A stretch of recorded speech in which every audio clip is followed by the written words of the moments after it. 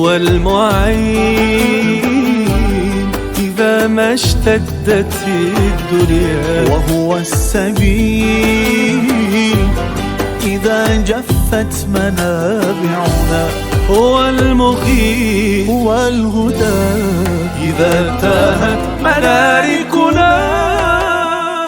قرآن قرآن يا رحمة رحمن، يا فيض المنان لكل بني الإنسان.